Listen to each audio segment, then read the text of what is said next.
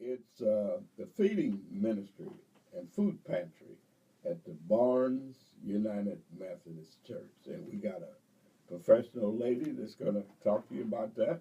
And she's involved with the ministry, and her name is Linda Davis. Tell me a little bit about yourself, Miss Davis. How you doing? Thank you for having me here today. Okay. My name is Minister Lydia Okay. Davis, Okay. and I'm again, as you mentioned, I'm at Barnes United Methodist Church. I've been there And for. what's the location? We are located at 900 West 30th Okay. Avenue, 30th Street, right off of Martin Luther King Drive and 30th Okay. Now, here in Indianapolis. tell us a little about this feeding ministry and food pantry. So our feeding ministry, we serve hot meals twice a week on Sundays from 1 to 2 and on Wednesdays from 5 to 6 p.m. Okay. On Sundays, we serve average about 30 to 40 that may come in. And then on Wednesdays, our numbers are around 60 to 65. And that just depends on the month, time Situation of or the Yes, yes, Well, yes. why is it more on Wednesday? Well, Sundays, we typically have those that may come after church and are in the community that come in. On Wednesdays, we serve a lot more because of families coming in with their children. They're not at their other churches, or Now, where do they come from? they are most of our attendees are from the community, the local Unwa community in the Anwa. area. Unwa, Okay. United Northwest area. You know, I think that's a very valuable thing because, you know, the average person don't really realize it, but sometimes people have trouble finding food. True.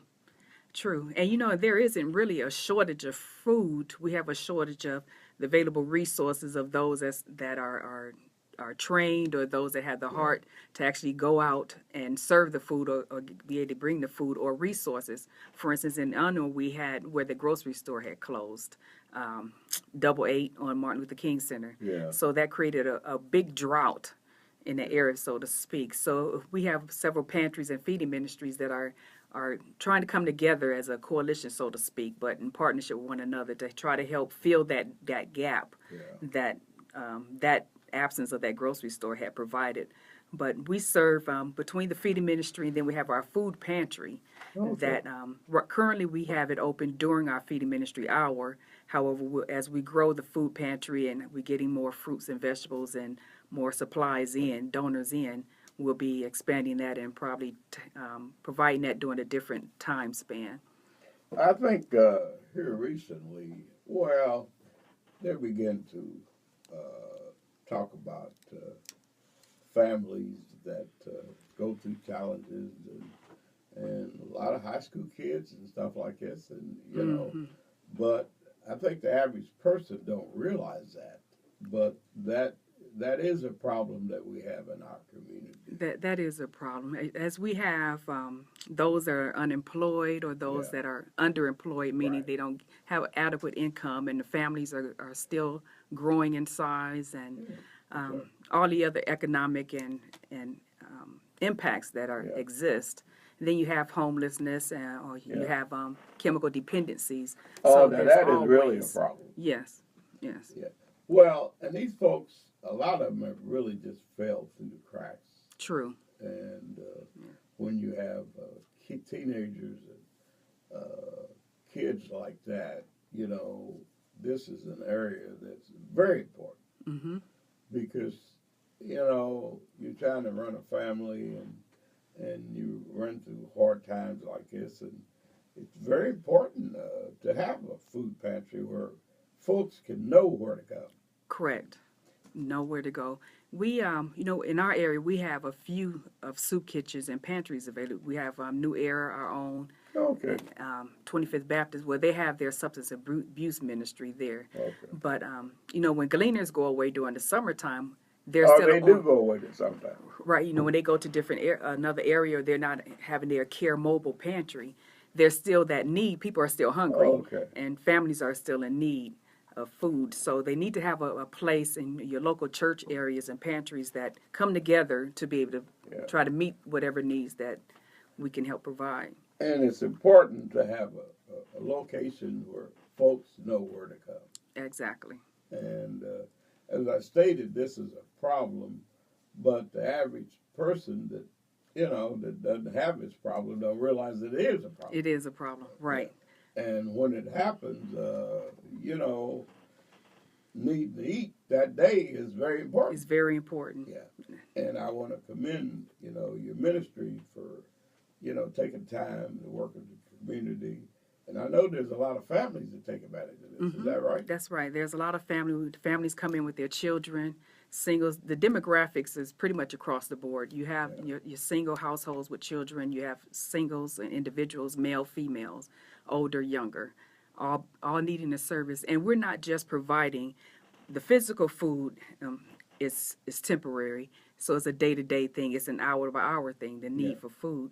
So we're also, more importantly, trying to provide the spiritual foundation. Right. So we feed them physically and meeting that immediate need. Now, who's the reverend at the church? Our pastor is Reverend Charles R. Harrison. Oh, yeah, he's very dynamic. Yes, he is, with 10 Point Coalition. He's our under shepherd there, and the leader, as you say, is 10 Point Coalition. Now, the foods that you prepare, I know it's nutritional. Yeah, we it balances out, but we always make sure that we always have our salads, some type of salads, and we have our vegetables in the pantry. When I bring in food from the pantry, and we're blessed to be in partnership or have the support of Faith, Hope, and Love. And so twice a month I will go and receive food, and we bring it into the pantry, which is a lot of fruits and vegetables. We use that as part of the feeding ministry.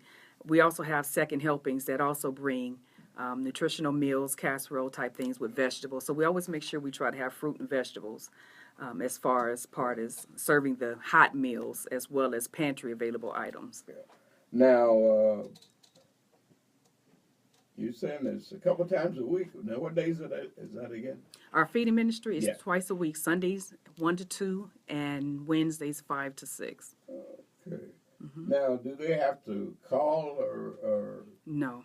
Our doors are open, and during those times, they come in, and once we lock the doors, we lock the doors. But our regular attendees, and they tend to know what our hours are, and they respect that, and they come in. Yeah. And we also offer, for instance, we also are not just concerned with the physical and the spiritual, but also how else can we serve and help and provide other resources. For instance, on August 17th, I have a representative coming in from Anthem, and he's coming in to talk about Medicare and Medicaid. Okay. There are a lot of people may have the Medicare card and not realize that they qualify for Medicaid. He'll be assisting the tenders for the feeding ministry with that, as well as if they do have the Hoosier Blue card, he's coming in to let them know that they have they offered 0 copays and deductibles for health and dental. They have all that available. So he'll be coming in on August 17th to help also. Well, information, when you have these folks coming in, I think it's a very good idea to explain certain things. Right, right, and that's what's going to happen. And so that's August the 17th. Yes, and, so that'll be 5 to 6 p.m. Okay, see, he'll be there. Some more good information. That is. Health in the United States is really not as good as it should be. Of course, there's a lot of talk about health situations. And but I think that's a good service for the community. And okay, we're going to take a break now, and we'll be right back. Okay, we're back again. This is Medically Speaking. I'm Dr. Kenneth Ackles, and we've had a real good program today. And Lydia Davis, tell us a little bit about the ministry. The ministry, the feeding ministry and the food pantry. Again, as I mentioned, we serve on Sundays from 1 to 2 and on Wednesdays from 5 to 6 p.m. Okay. During that time, we serve, we give us a brief word, a message to feed spiritually. We offer prayer, anyone that needs prayer. People come in pain. And the goal is that the way they come in, they leave out transformed, or at least in a better place, physically and spiritually. Their stomachs full. And their stomachs full. That immediate need is full, and they get to leave with pantry food because they get to leave with the bags of food or fruit, whatever we're having there to offer. They got an old saying: you can't teach salvation to somebody that's hungry. That's hungry. Yeah. You know, Jesus said, feed them. Yeah. And what other things that you do there? I'm minister. I have our media, our communications and media, is what I do also at Barnes and stuff. So our Oh, okay. presentation and audio and Okay. computer lab and things like that. So our social media, I'm also servant leader Oh, okay. of that with serving with wonderful people. We're just all Yeah. servants at heart, trying to do that. Nowadays, you got to be in the media thing You do. because so many people really rely on that. They really do. And you have to be able to meet people where they are. So right now Yeah. we're in the technology and social media age, and you can still minister or get out information to people Yeah. quicker that way. It's probably a higher percent of people that are homeless are really more in the media than the average Interesting, person. isn't it? Yeah, and they really find out where they go. Where to go. And word of mouth makes a world of difference. So Yeah. if we're doing we're supposed to be doing it, they're going to share with those that Oh also yeah, they you know. know, Yes. they take care of each other, Right. They take care of each other. which is And good. which is good. Yeah. And that's our responsibility to make Yeah. sure we're taking care of them. Yeah, and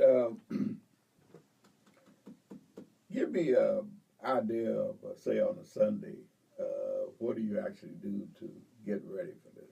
So on a Sunday, the teams, depending on which team is on for that Sunday, they're in the kitchen. It's all volunteer. All volunteers. Oh, that's good. Everyone's volunteer with a servant's heart. So they're preparing the food in the kitchen.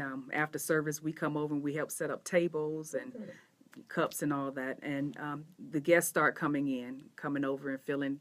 We have a sign-in book. Everyone wants to sign in, a registration book. And You do that just to find out how many people coming. yes, to keep an average of how many people are And coming, then that how way many you we're can serving. figure out how many to prepare for. Right, to prepare for. You know, and it fluctuates. Yeah, I understand. But it's good for county recording purposes to see how we're serving the community, our effectiveness. They come in and then we share, once we get started, we share a word or a testimony or ask for prayer. And after the word and prayer, we bless the food. The serving team actually get together and pray together before we go out to serve. And then we go and we serve individuals and we try to interact and engage with one another. You know, they come in giving us hugs and Yeah. we try to see how they're doing, if they need a prayer, what's going on in their lives. Yeah. And for that next hour, we're just there Yeah. for them. Yeah, you know, sometimes people in situations like this just need to be wanted. You know what? Yes. You know, people that feel cared for, Yeah.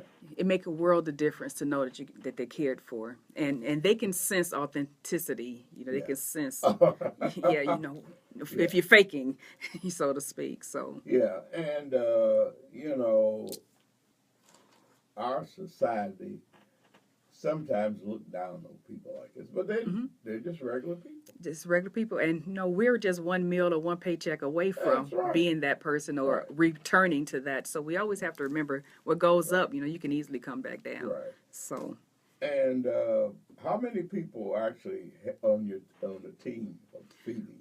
On our complete ministry, we have about maybe 25 to 30 Oh boy, that's good. of us, you know, rotating in and out or so. Oh, that's really good. And volunteers. That volunteer, and I've been sort of trying to bring in, you know, as the Holy Spirit allows, to do more in outreach. We've gone out last week. A few of us from the team has gone out, passed out water in the community, free water in the community. Boy, to bless. the way it's Yes. hot, you really need that. Yes. You know, and we're offering prayer at the same time. So Yeah. as you need prayer, we're giving you living water as well. So we're just engaging. Let them know that we care. Barnes United Methodist Church, as well as other churches in the area, we actually do care. You know, and for a homeless person, just imagine how hot it is, and you know, it's a small thing, but a big thing. It's a big thing. And it makes it, sometimes you'll see some come in, if it's really hot, they'll sit there even after to eat, up until we're locking the doors because they're trying to get air, or in the wintertime, they're trying to heat up. We've had a guest or so come in, he's wanting more, and he's trying to fill, he said he's trying to fill up because he doesn't have anywhere else to eat. So after they leave us, then what happened? And he's thinking that the more he eat, maybe it'll last him a little bit longer through the Yeah. day, which is not necessarily true. Yeah. But it breaks your heart just to see. So you Yeah. always want to try to do a little bit more. I think, if it, volunteering is really important. Very much so. We're called to serve. And You volunteer. know, and, I've done a lot of volunteering, but it's amazing that it's a funny thing. The people that volunteer are usually the same people, aren't they? Right, right. Those that volunteer are the same ones that have either been in need, Yeah. experienced it, or Yeah, just have and their heart to They really care, really care. and maybe they've had situations, and let's face it, minority folks, some of these people are people we know. Right, that's right. And there's some that you don't even realize that they are in need. Yeah, that's right. Because especially in our culture, we could be secretive about our own issues. Oh, yeah. But it's hard to help someone if you're No, not willing to well, share. they say a village is supposed to help. Mm-hmm. Of course, with Say love today- your neighbor. Yeah, and today's thing, you can't really say that's the way things are going True.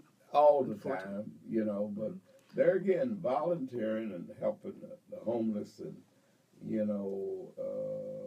my daughter's involved in that, and I've been over several times, and sometimes I eat with them. Yeah, yeah. And I think it's very good, but I think really we should try to embrace this, Mm-hmm. because there again, like you say, they're just regular people. That's right. We're all regular people. Yeah. Yep. It said, therefore go I. We all fall short, but you never know what tomorrow may bring, even for ourselves. So volunteer is so important. I mean, that was basically a Jesus premise, to go out and to serve one another. He set that role model. If you're not in the and the care. community, you're really not serving. Yeah, yeah. If you're not in the immediate community. Yeah, well, in other words, you don't go out in the community. Yeah. Well, yeah. Church is not really serving. Yeah. Well, in the church you're serving because there again in the church are quote unquote sick people.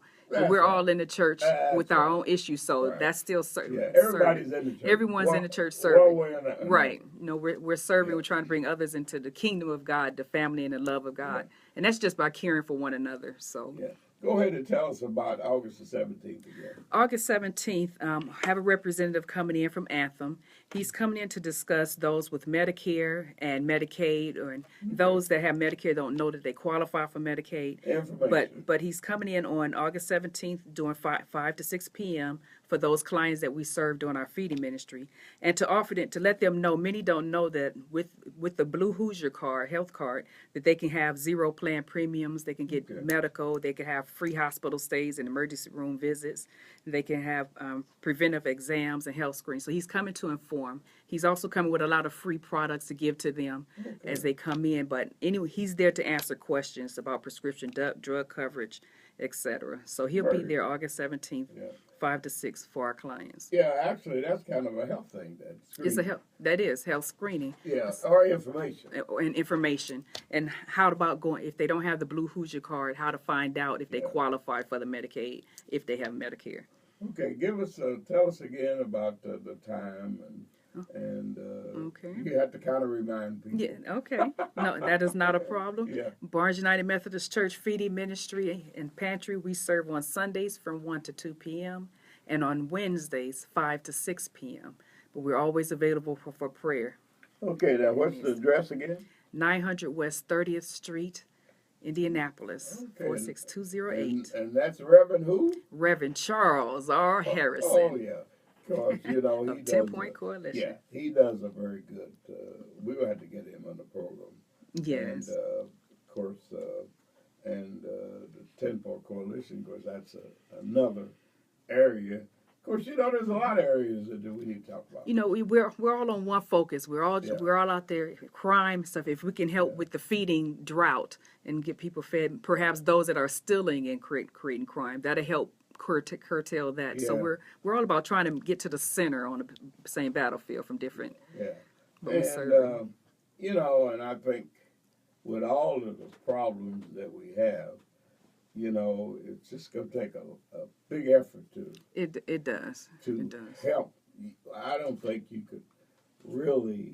We wish that we could change things quick, but they're very complicated, aren't they? It's very complicated, but if everyone has the heart to go out and help Yeah. one, each one, reach one, teach Yeah. one, and we all do our part to Yeah. help, and we get out of our buildings because everyone else is outside of our Yeah. buildings. And A stuff. building has a It's- certain purpose. It has a purpose. But You know, you then come you gotta- together, you fellowship, but the work Right. is outside. Right. Yes, And we all just regular people. we're all striving, Yeah. but you know, to lift one another up and encourage one another. Yeah. And I would challenge the listening folks to get out and volunteer. Oh yes, absolutely. You get out and volunteer.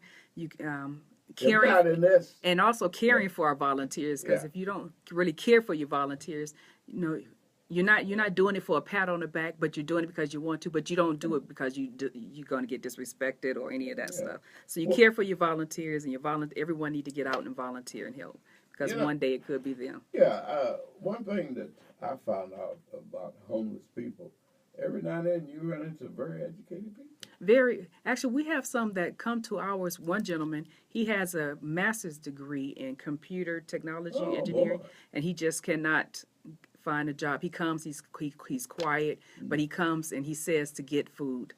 You know, bless his heart. So we pray with them, but you're right. Very educated. Very- Not everyone is community dependent. Everyone that comes through the No, door. that's right. Some They're go to different another church. situations. Different situations. So we cannot put Yeah. everyone in the same box. Yeah. But we can care for everyone Yeah. and try to help meet Yeah. their basic needs. Yeah, like you say, very educated, very quiet, Mm-hmm. keep to themselves, and they're having issues. And then sometimes they have real educated people have a situation where they communicate real good. Right. Right. And, Right. you know, but Communication is yeah. And they're all types of people. right. you All know, types. And, And that's one thing. We got to learn how to communicate with one another, respect one another, communicate, and listen. Learn to listen. Yeah. You know, or and observe. You know, we have body languages and things, so you can tell in someone's eyes when they just seem like there's something bothering them, and we just take the time to just ask how you doing, and actually stand there and wait for a response. So, yeah. I think this is very important. Feeding ministry, and yeah, my friend just came in, Nathaniel Lee, Morning, Doc. and he doesn't look like he's hungry though. I will say that about Nate. And but you know, as I stated, Nate volunteering and Davis, she's with the food man. Tell Nate what you do. I am a minister at Barnes United Methodist Church and serve as one of the leaders and volunteers of our feeding ministry and our pantry. We help supply the pantry. We serve twice a week, Sundays 1 to 2, and on Wednesdays 5 to 6. Yeah. Thank you for your services. That's Yeah. an important I function. was telling her, Nate, how important volunteering is. You know, and you know, she is involved in this food ministry and food pantry and the folks that she take care of, and you know, she should be commended. Well, the important thing is that there is a statistical correlation between poverty and crime and things like that. Right. And so I think it's important that we serve folks, particularly people that she's servicing in our community. Oftentimes, they're pushed to the side, and because they don't have the political power, Right. their needs aren't addressed. I mean, even in our city, what a lot of people overlook, Dr. Ackles, is that we have what amount to in America is full employment now. It's 4.9%. We've had 77 consecutive months of job Oh, growth. yeah. However, it's not transcendent into our community. So our underemployment and unemployment rates are still too high. And that result is that we have a lot of people that are really in need, and we need the food services and things like that. Yes. Yeah, they yes. fell through the cracks. Filthy. And what we're doing with I don't know if you heard Faith, Hope, and Love Internationals. We bring a lot of ministries together. We meet once a month at our table talks to discuss how we come together. We're trying to find a building that we can house a hub, bring in food. Twice a month, I go and pick up food distributed from Faith, Hope, and Love Warehouse and bring it to our pantry. And several other ministries, New Air, 25th Baptist, other churches, Hawthorne Place just opened up a pantry. And we're coming together to see how can we address the 4 neighborhoods, Unwood, Quahead, Tarkenton, Meridian. And so we're coming together. So Faith, Hope, and Love, we're working together to try to help with that drought of food, or how can we get it out to help service the community better, which also help with the crime and other areas and droughts that are in existence. How can people contribute to your important endeavors? With Faith, Hope, and Love, we meet at Martin Luther King Center on second Thursdays at He's 11 potential a.m. sponsor. Oh, praise God! And we're just what in I'm there. saying is that since you're in the air, there may be other folks that may be interested in helping out. So Oh, how would somebody, if they want to volunteer, or they want to help out, what would they need to do? Well, they can contact me, and then I can pass on information. That Minister Lydia Davis, I'm at barneschurch@gmail.com. barneschurch@gmail.com. Okay. I just want to thank you again. Our feeding ministry is on Sundays 1 to 2, and again on Wednesdays from 5 to 6 at Barnes United Methodist Church at 900 West 30th Street, located in Indianapolis 46208. Okay, thank you.